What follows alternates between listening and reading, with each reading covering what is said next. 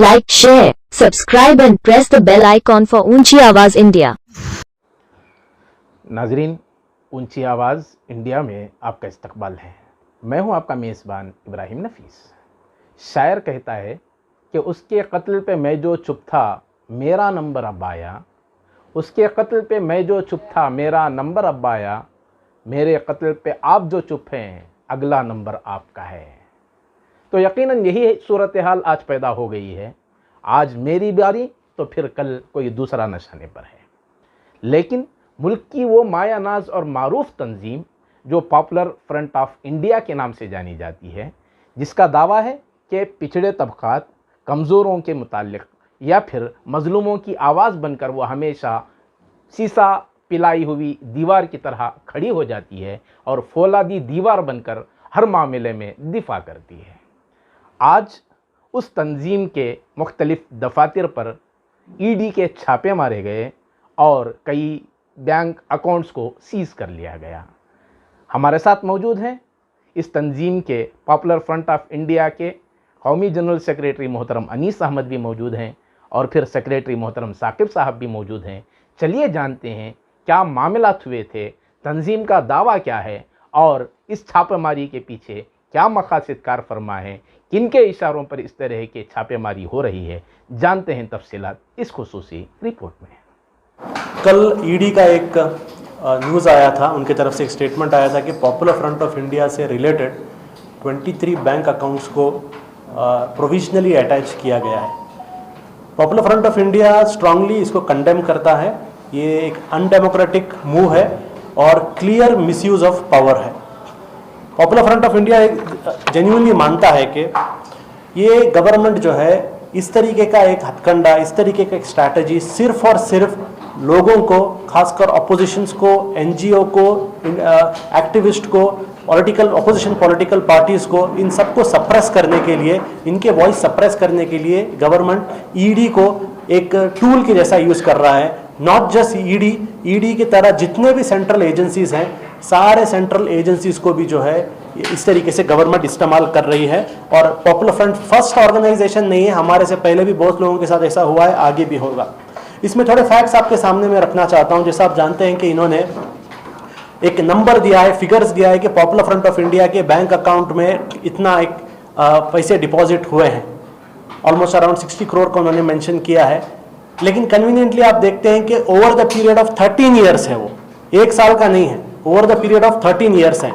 Popular Front of India एक national level organisation है। It's a national wide organisation working in almost 18 states across the country.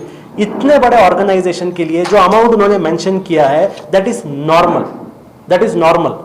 लेकिन उसमें figures को sensationalise करने की कोशिश की गई है। उसमें और एक इंपॉर्टेंट पॉइंट भी जो उन्होंने कन्वीनियंटली इसके अंदर मिस कर दिया है कि ये जो डिपॉजिट्स थे, ये डिपॉजिट्स में एक बहुत बड़ा चंक जो है पॉपुलर फ्रंट ऑफ इंडिया के जो कैलामिटी रिलीफ एंड रिहैबिलिटेशन के लिए popular Front of India collection drive करता है। For example Assam flood, Kerala flood, Tamil Nadu flood, Kashmir flood, Muzaffarnagar rights, ऐसे बहुत सारे जगह में जब ऐसे कोई एक कंट्री में मैन मेड या नेशनल कैलामिटीज आती हैं, popular Front of India carries out collection drive. और उस चीज को भी इन्होंने क्या कर दिया है कि एक इस अमाउंट के साथ ऐड कर दिया है और बड़ा एक नंबर सेंसेशनलाइज करने की कोशिश कर दी गई है। एक बड़ी चीज यहां पर शॉकिंग बात यह है, क्या ये जो नंबर ईडी ने आप लोगों के सामने रखा, मीडिया के सामने रखा, इसमें कौन सा बड़ा इन्वेस्टिगेशन है? This numbers are open numbers that Popular Front yearly submits to the income tax department.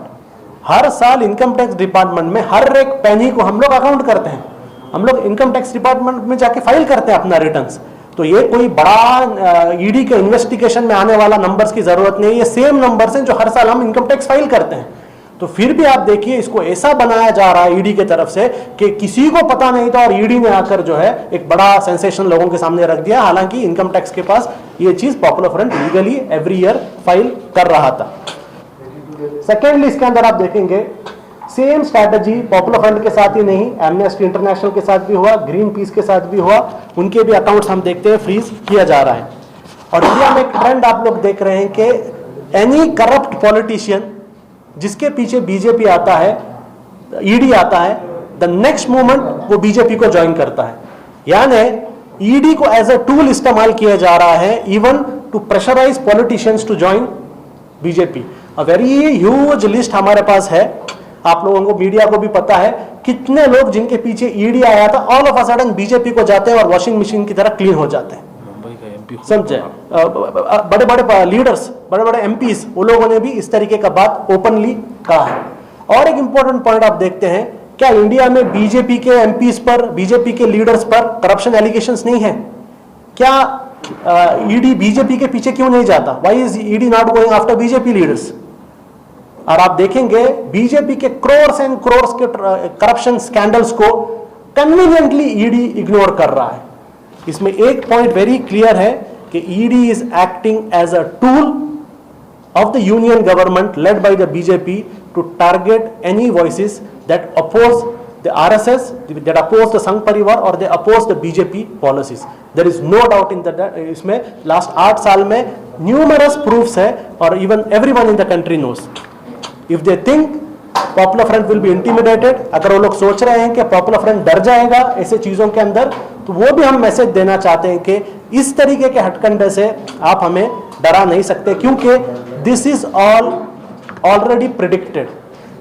ऐसा हमारे पर होने वाला है, ये कोई बड़ा एक सस्पेंस की बात नहीं है, सरप्राइज नहीं है, हर कोई जानता है कि ऐसा होने ही वाला था। हम लोग डरने वाले नहीं है ऐसे स्टेप से। इंडिया में अभी भी कॉन्स्टिट्यूशन का राज है, इंडिया के अंदर अभी भी एक इंडिपेंडेंट जुडिशरी है, अभी भी इंडिया के अंदर होप है। और पॉपुलर फ्रंट ऑफ इंडिया जो लीगल ऑप्शंस हमारे सामने मौजूद हैं, जो डेमोक्रेटिक ऑप्शन हमारे सामने मौजूद है, पिछले कई सालों से जब भी हमारे खिलाफ ऐसे ऑपोजिशंस आए हैं, we have been using all our legal and democratic means and we are able to confront them through legal and democratic means. We will continue that. पहले यह समझना है, Popular Front of India 18 states में काम करने वाला एक national level organisation है। 18 स्टेट में हर एक स्टेट का एक अकाउंट रहता है for easy maintenance of accounts and easy submission to the income tax. 23 accounts थे, 23 अकाउंट्स है या 230 अकाउंट्स है, एक ही पैन कार्ड में कनेक्ट होकर रहता है।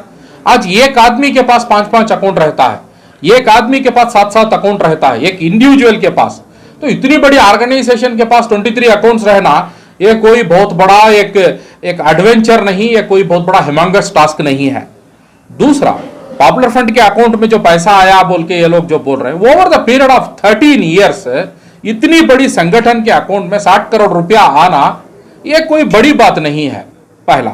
और ये कोई सिर्फ ऑर्गेनाइजेशन के फंक्शनिंग एक्टिविटीज के लिए, इसके जो रूटीन मैनेजमेंट के लिए पैसा इस्तेमाल नहीं हुआ, ये ईडी भी जानता है, इनकम टैक्स भी जानता है।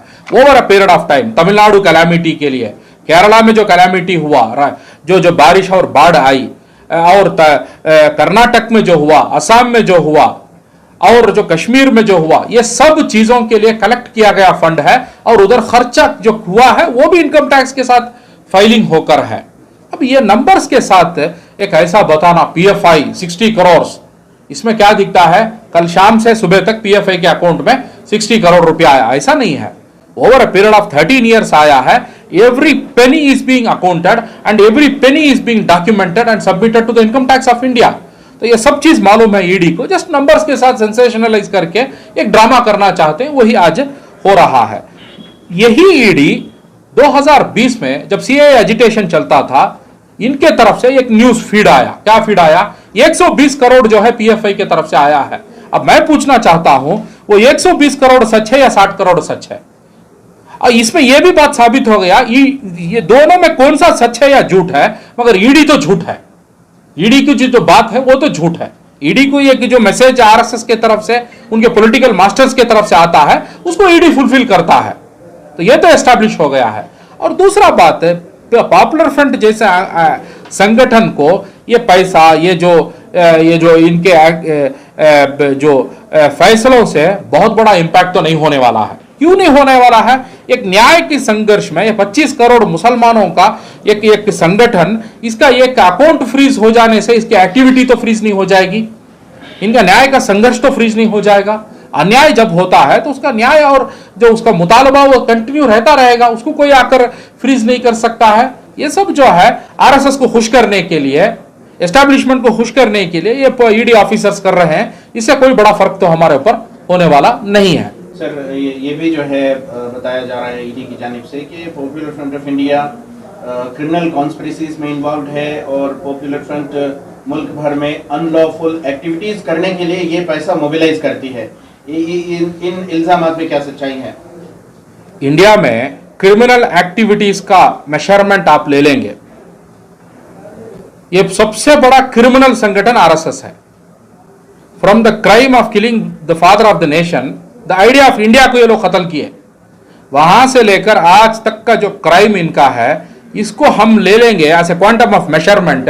और बाकी पूरे संगठन, वो कांग्रेस हो या पीएफआई हो या कम्युनिस्ट पार्टी हो, ये सबको हम ऐड कर लेंगे तो आरएसएस का जो क्राइम के सामने 1% भी नहीं रहेगा ये लोगों का।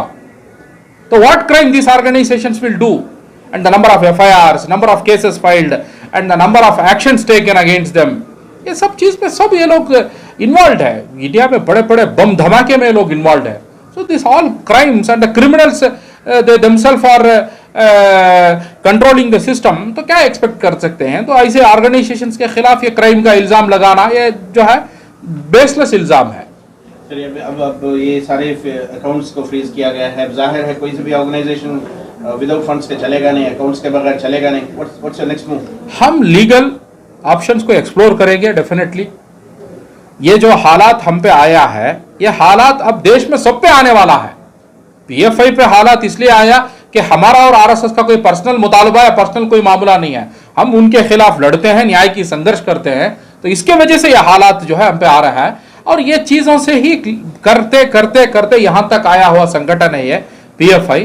तो इस चीज को जो है हम लोग सीखेंगे, सीख कर इसको किस तरीके से हैंडल करना है जुडिशियल प्रोसेस में, वो लोग हम करेंगे, करके हम लोग आगे बढ़ेंगे। ऐसा कोई एक इम्पेडिमेंट, इससे हम लोग रुक जाएंगे और इससे जो है we will take our step back, ऐसा नहीं है। नाजरीन, हमारी ये रिपोर्ट आपको कैसी लगी हमें ज़रूर इत्तला करें, और अभी तक आपने हमारा चैनल सब्सक्राइब नहीं किया है तो सब्सक्राइब कर लें और नीचे घंटी के बटन को दबाएं ताकि हर नोटिफिकेशन आप तक बराबर पहुंचे। शुक्रिया।